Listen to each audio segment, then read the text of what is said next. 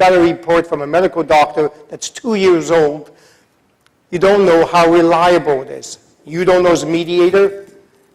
The insurance company that is being asked to now pay money based on that is reluctant because it's not current.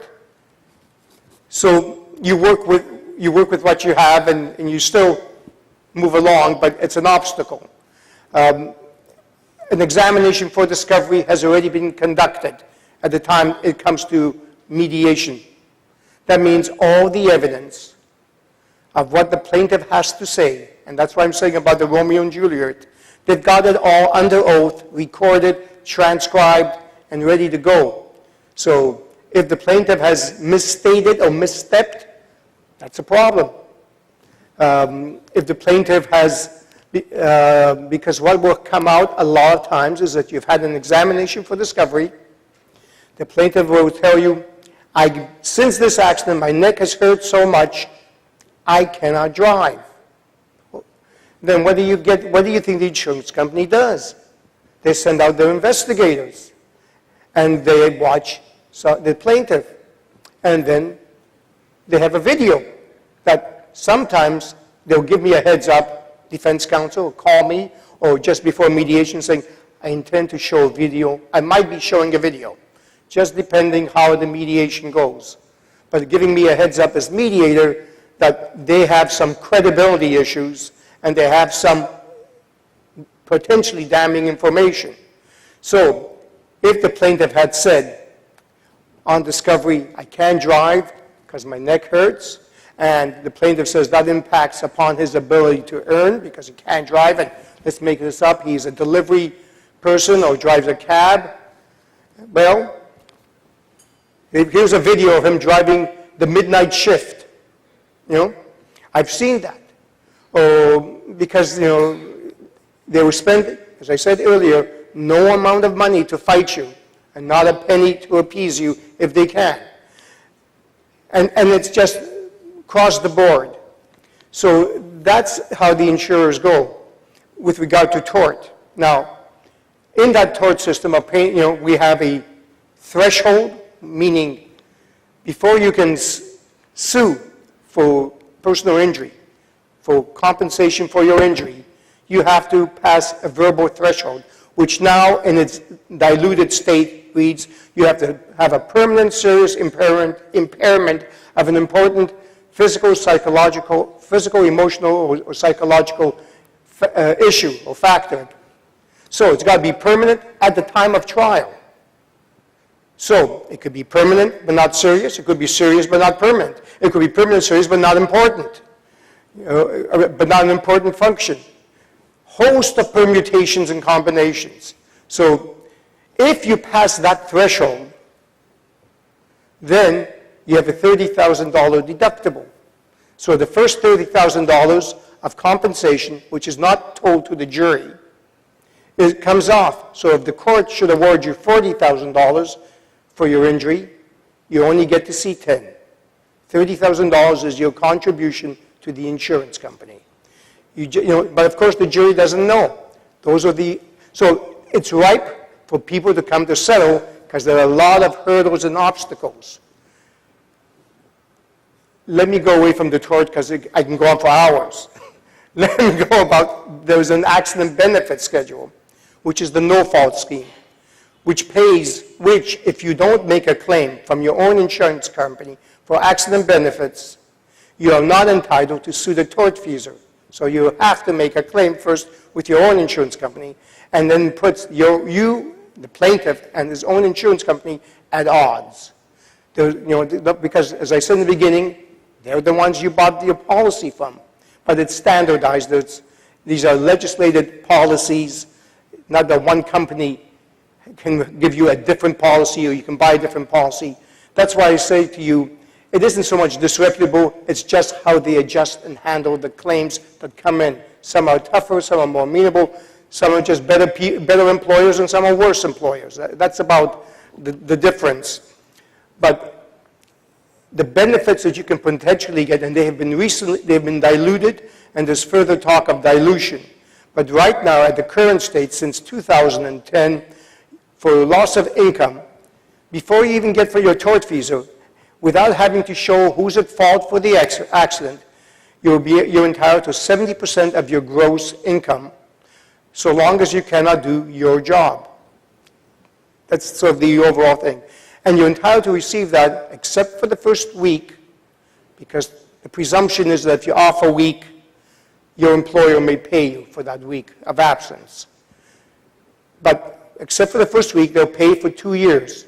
Thereafter, they'll continue to pay for life, not age 65, for life. After age 65, it ramps down, but they'll continue to pay as long as you're not able to do your job. You're able to do a job for which you're suited by education, training, or experience. So it's a higher test. They'll pay for medical and rehabilitation expenses. Right now, it's up to, I think, $36,000 of med rehab. It's up to $50,000 for a period of up to 10 years. If you need medical rehabilitation services that are reasonable and necessary. Big words. Could be reasonable, not necessary, not reasonable. You have doctors giving reports, and you get 2 Nobel Prize winners from each side saying, one saying it's important, reasonable, and necessary, and the other one saying it's not. That whole system has its own structure. So, once you get to understand that, you can have a mediation and understand the nuances of it and the uncertainties. Because who's at the mediation? I was interested in hearing that both drivers are there. Where, in my experience, you have plaintiff and counsel, you have defense, the insurance representative and counsel. The actual defendant is not there. It's the insurance company that's running the show, and so there is no transformative approach. It's business. So the plaintiff, it's unfortunate, because sometimes it would be helpful, but it just doesn't work that way. So it becomes a different approach and process, and also by design, the only ones who speak seem to be counsel. And so as much as you want to say, I want to speak to the plaintiff, they don't want to engage. They've been told by counsel they really don't want to talk. They'll let the lawyer do the talking, because the lawyer told them, let me do the talking. You're paying me. Why have a dog if you're not going to let him bark? So that's why, so don't, and with an insurance company, again, the insurance adjuster will give you a perfunctory, I'm sorry, not, and defense counsel runs the show. So it becomes a matter of rolling up your sleeves and speaking about risk management from the plaintiff side and defense side, because the ultimate determinators is not a judge but a jury, and they are all from all walks of life. For one jury member, $1,000 may be a lot of money, and for someone else, it's pocket change, and you don't know who that person is, and they decide it. So thank you for your time. I hope I didn't bore you. Thank you, Judge Louis. It seems to me that really at the end of the day, we're all saying the same thing, that mediation is the answer. The risks of putting our fate in the hands of a judge and jury in the Canadian jurisdiction, or a judge in our Caribbean jurisdiction, is the same. The uncertainty is sometimes too much to risk.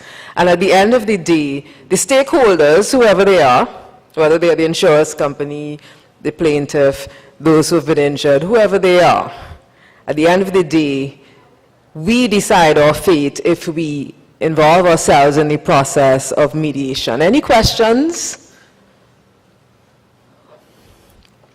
Robin, is there a mic?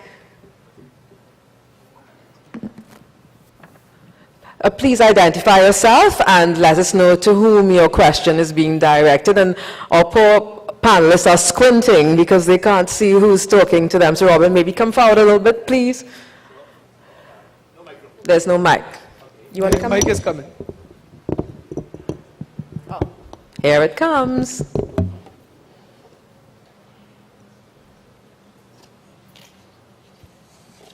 Thank you. I am Robin Otway, a lawyer and a mediator. As a lawyer, well, over 37 years, and personal injury litigation has been my daily bread for all of that time. Within the last 20 years or so, quite a bit of medical negligence. I am a mediator for about 2 years. I'm an inexperienced mediator, very passionate about it.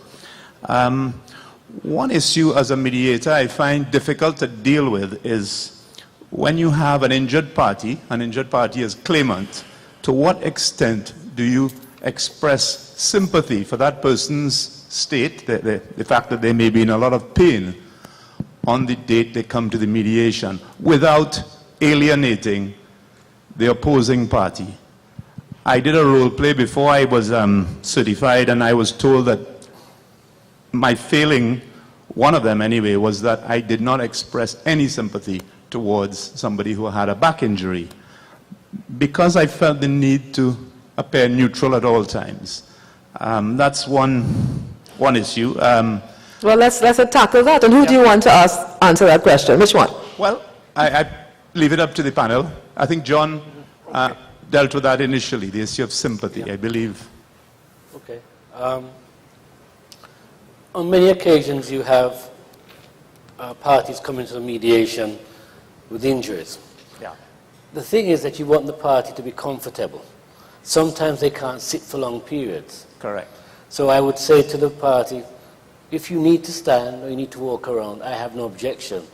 And I usually say, I'm sure the other side will have no objection. And they'll say, no, we don't. So just indicate to us when you need to stand up. And as far as that goes, I'm not going to turn to them, you poor thing, how are you feeling? I'm not going to go that far. But as far as their comfort goes, Yes. it's very important that you do. Understood. You spoke about the importance of the mediator reading the brief, but of course, each mediator may have his or her own style. I have heard some mediators, I am one that will read whatever brief I'm sent as mediator, but there was a very experienced lady here yesterday dealing with a mediation within a prison setting. And she said, and she's not the only mediator I have heard say that.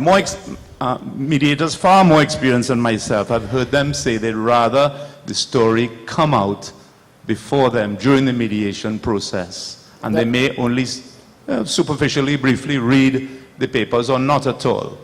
How important is that process? I think it's one and the same, really. There are two different approaches, two different schools of thoughts I found over my experience.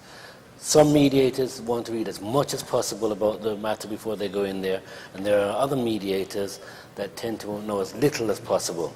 I'm somewhere in the middle, to be quite honest. I think it's important you have an idea of what you're going into, but don't get so consumed with the paperwork that if there are other issues there, that when the parties start talking, you get clouded with what you think they're going to say. So I tend to find that with the matters that are not too complex, I tend not to be totally involved in them in terms of reading, but the more complex matters like a probate matter, involving several different parties, you may want to know who the parties are and read the documentation. So it's really a matter of style at that point. Remember, your skill set is bringing out the issues during the mediation. Robin, Sorry. hello. Just to address the first question of sympathy, I think there's a distinction between sympathy and empathy, which one needs to appreciate when dealing with personal injuries matters. It's not desirable to show sympathy because the party may associate with you or invest you with more of being part of your team as opposed to being that neutral person. Empathy you can understand and appreciate, but not go that far to own it also. On the second question of how much information, I think for me it has been informative to have a complete brief. and to read it. It assists in helping the parties to identify what are the issues and what is before them, and for them to massage that into developing it into a more profound position where they can then analyze it and see the relevance to what is before them. So I think in a nutshell, I agree it is a personal call on how much you want to see. I think in personal injuries, because it is a lot of technical information, terminologies that have specific meanings, which the parties or the injured party may not have been properly briefed by their counsel. And they're told, as Justice Resnick said, I am the dog, let me bark. And when you're in the mediation, you're asking that person to tell me your story. And the language that is being used from the other side, it's totally over the head of the other party. And